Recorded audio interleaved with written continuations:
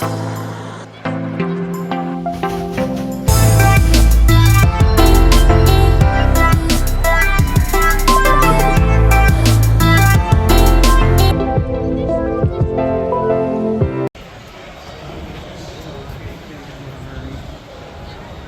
this video, I will be sharing some highlights from my trip to Universal Orlando.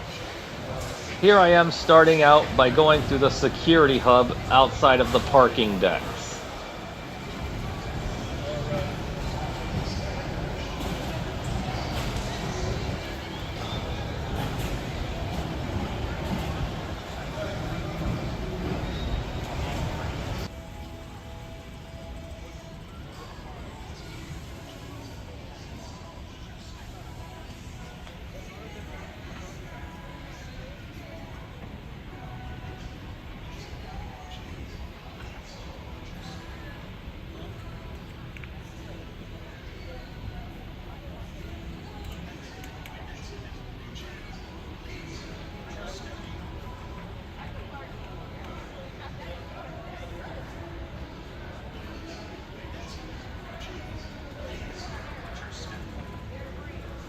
One interesting feature about Universal Orlando and the journey from the parking area to City Walk are the moving walkways. If you want to walk faster to get to City Walk, you can step on the moving walkway and walk along with it to speed up your walk. Or if you just want to take it easy, you can just step on the moving walkway and not move at all. But if you want to not walk on it, please step off to the side to let others go past you.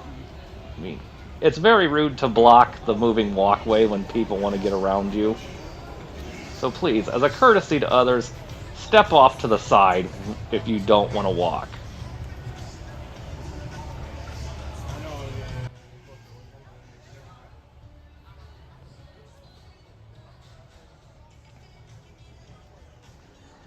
This was a very hot day that I went. The temperature was around the mid-90s, and it was very humid like most days are in Florida during the summer.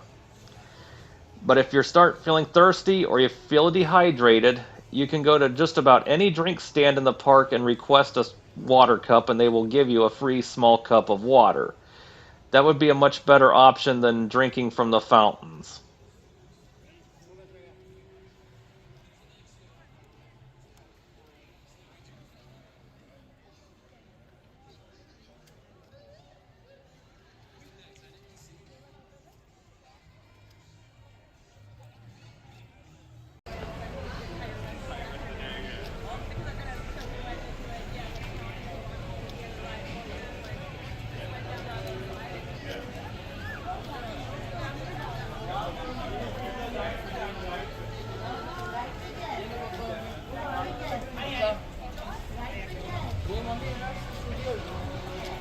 Once you exit the walkway from the parking area or the moving walkways, you are now in City Walk. City Walk features many restaurants and shops. In City Walk, you can enjoy restaurants such as Bubba Gump's, Margaritaville, The Cowfish, and more. One unique establishment in City Walk is the Whopper Bar up on the upper level. It is a Burger King restaurant where you can customize your Whopper with a Whopper bar. And there is also a movie theater if you just want to get out of the heat for a while and watch a movie. Once you get into City Walk area, you can either go straight ahead to continue on to Islands of Adventure, or if you make a right turn, you will go to Universal Studios. And you can go past the Universal Globe, which is a good photo opportunity spot.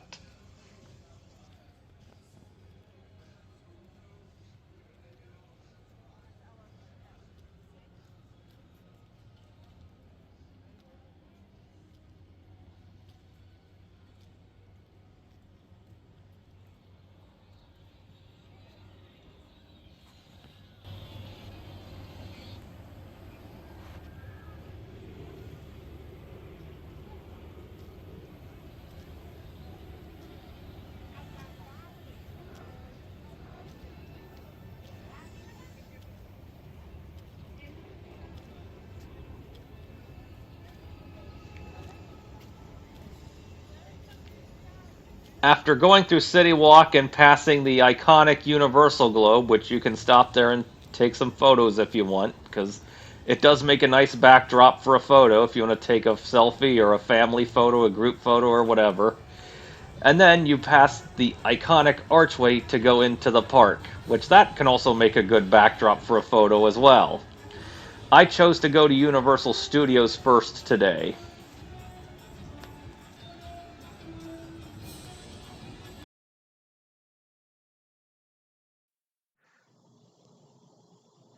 Once you get into the entrance of Universal Studios, you will find the Today Cafe and a gift shop. Plus, if you look straight ahead, you will see the Minions attractions. And to your right will be a mock-up of Hollywood Boulevard.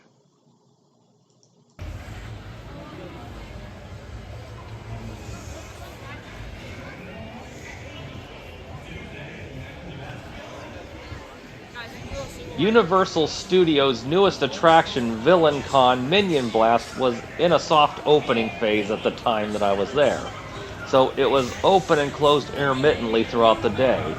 But as luck had it, it was open when I was walking by it when I first entered the park, so I chose to get in line for it to be one of the first ones to try it out. I think the attraction was pretty interesting and it was quite fun. You stand on a moving walkway and point your blaster at a screen and try to score the most points. It's a nice little addition to the park and it will be fun for families and people of all ages.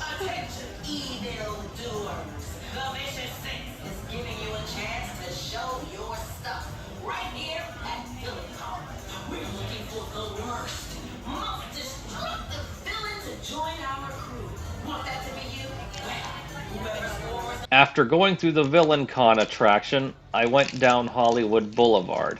Here you can find the stunt show, the Bourne Stunt-tacular, and you can see mock-ups of stars on Hollywood Boulevard.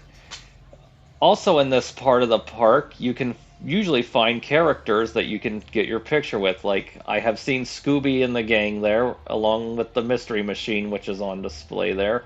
And I have seen characters such as the Simpsons and even Marilyn Monroe.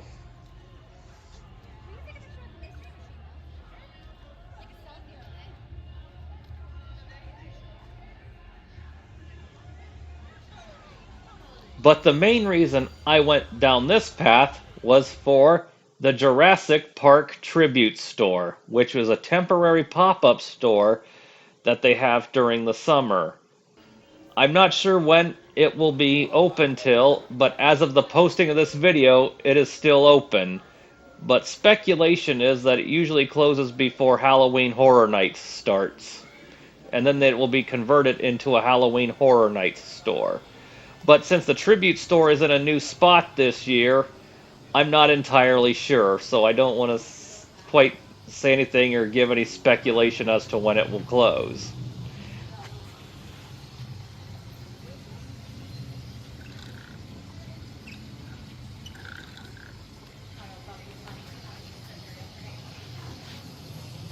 When you gotta go, you gotta go.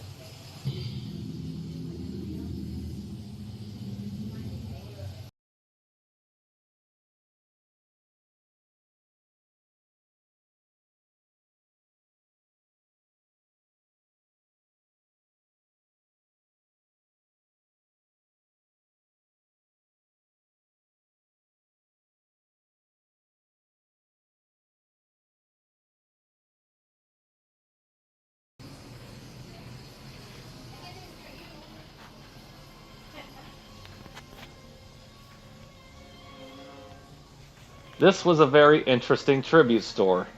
In addition to having some unique merchandise from Jurassic Park, it also had some mock-ups of some scenes from the movie, like the kitchen scene and the when you gotta go scene. And as you've seen before, I spun the sign that pointed the way to the East Dock like Dennis Nedry did in the movie. In addition to those things, they also had some photos on display from the production of the movie, and some props from the movie as well.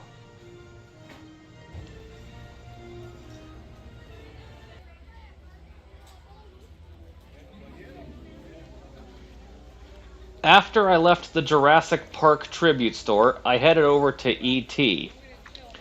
E.T. is the only opening day attraction from 1990 that is still in operation at Universal Studios. I have heard that the reason that E.T. is still open is because the director of E.T., Steven Spielberg, does not want it to close, and that if they close E.T., he will not allow the Jurassic Park attractions over at Islands of Adventure to stay. Now, I don't know if that's true or not, but I hope E.T. does stay around for a while because it's one of my favorites.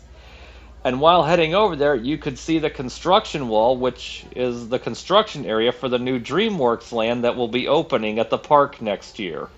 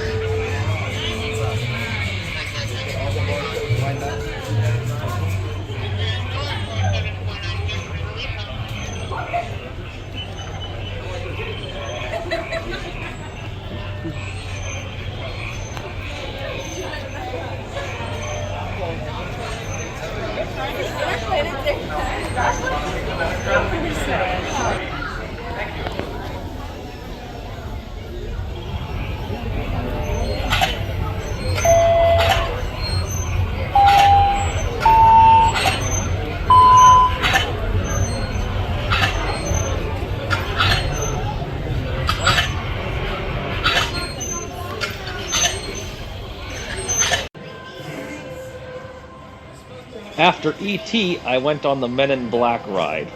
And that ride is like a laser shooter where you shoot targets at aliens and you try to get the highest score.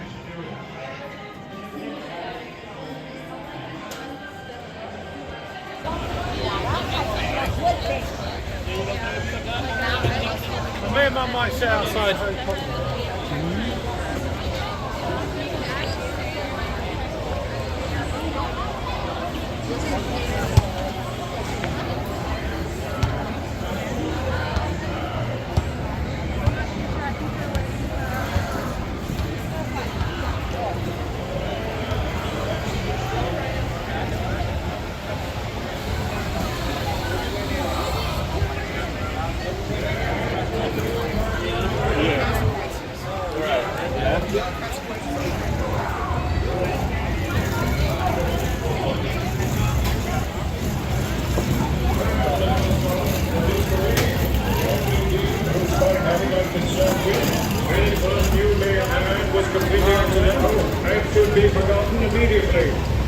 Alrighty, humans, thank you for destroying Springfield. For your safety, remain seated. Anticipation must come to a full complete stop.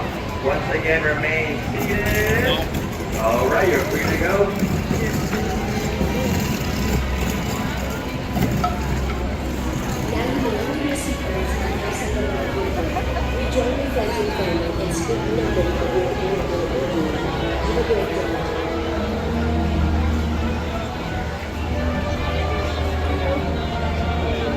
After going on Men in Black, I went through Springfield, which is the Simpsons themed area of the park. This area includes the Simpsons ride, Flying Saucers ride, Simpsons themed games, and some Springfield icons that you see in the show, such as the Quickie Mart, Moe's Tavern, Krusty Burger, Lard Lad Donuts, the Bumblebee Guy's food truck, Duff Beer, and you can even get your picture taken by a statue of Chief Wiggum.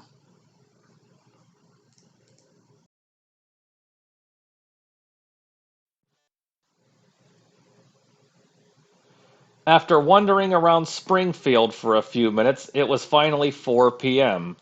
That means that I could use my free express pass that comes with my Premier annual pass. The first ride I used that on was the Simpsons ride since I was right there already.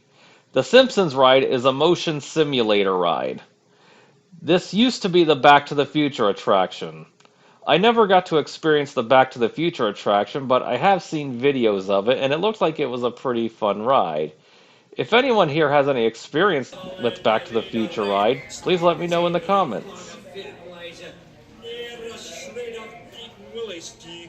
That's right, folks. Good times. Step right up. Everyone's having a...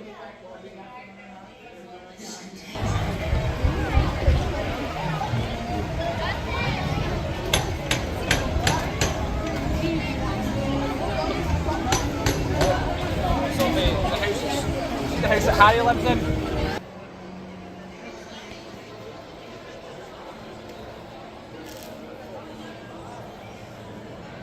Next stop for me was Diagon Alley, which is a Harry Potter themed land. One thing that I like to do here is get me a frozen butterbeer. It is a very good drink. So if you're ever feeling hot on a hot day like it was that day, a frozen butterbeer would really hit the spot. They also have them available in just plain drink form, or you can also get them hot.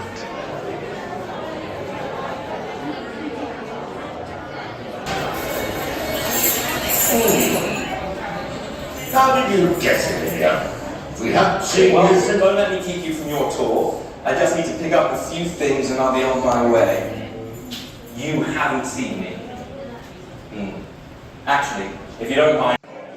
Next stop for me back in Diagon Alley was Escape from Gringotts, which is an indoor roller coaster and a 4D ride, since you need to wear glasses to ride the ride, as there are projections throughout the ride that are in 3D. This ride is themed to the bank from Harry Potter, as the outside of it looks like the bank from the movie. You can see more of the outside of the building in one of the live streams I did from the park. I can link those in the description.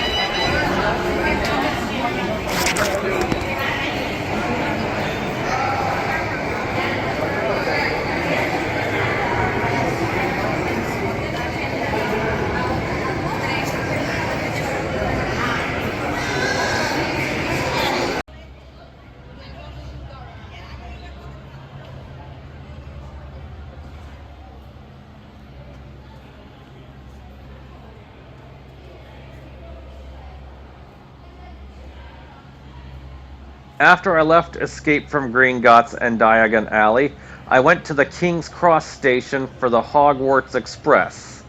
The Hogwarts Express is a train ride which will take you from Universal Studios to Islands of Adventure, or vice versa. This attraction requires a 2-park ticket to be able to ride. As you can see, this is actually not a train ride, but it's basically a modified cable car.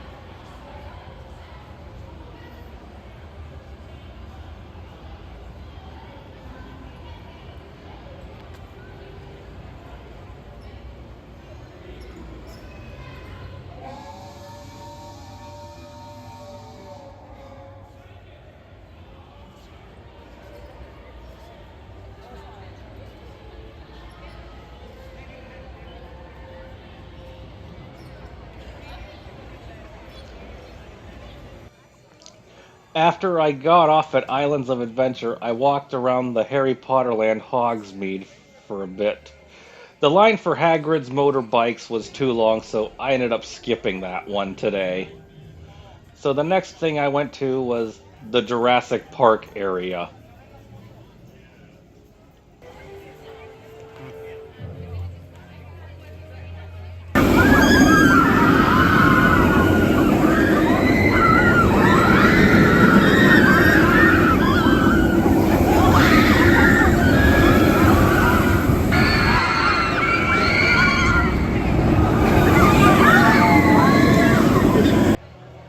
Since this ride just got Express Pass this year, I was able to use my free Express Pass after 4 perk on this ride.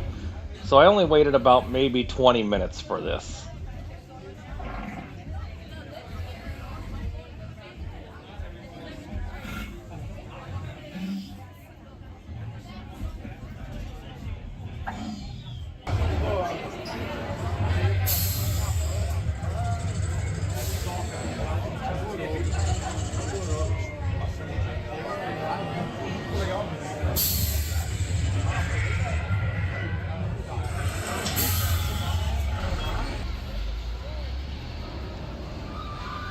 I called it a day after I rode the Incredible Hulk coaster.